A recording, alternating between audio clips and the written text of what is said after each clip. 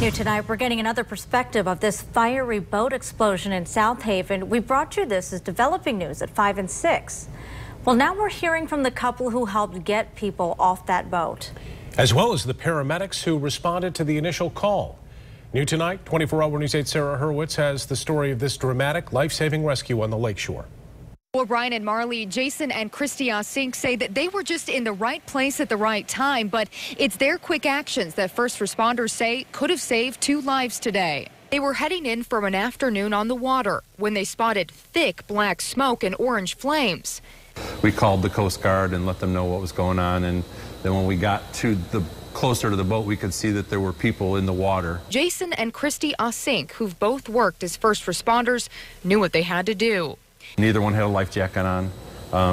The female was just holding on to a dock buoy just to kind of help keep her afloat.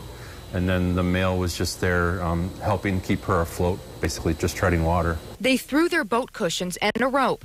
It wasn't an easy feat as waves were choppy, but they were able to get the 2 onto their boat to safety. I mean, you very well could have saved their lives. Absolutely.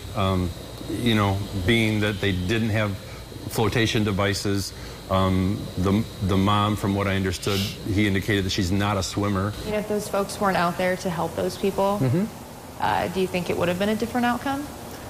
I think if they didn't have flotation and it took us 10 minutes to get there and they'd already been through an explosion, you know, depending on their level of injury, absolutely. And it's this couple that first responders are thanking tonight. David Greisel was one of the first on scene on this boat to help douse the flames. The top half of the boat was already gone when we got there. It was still well involved.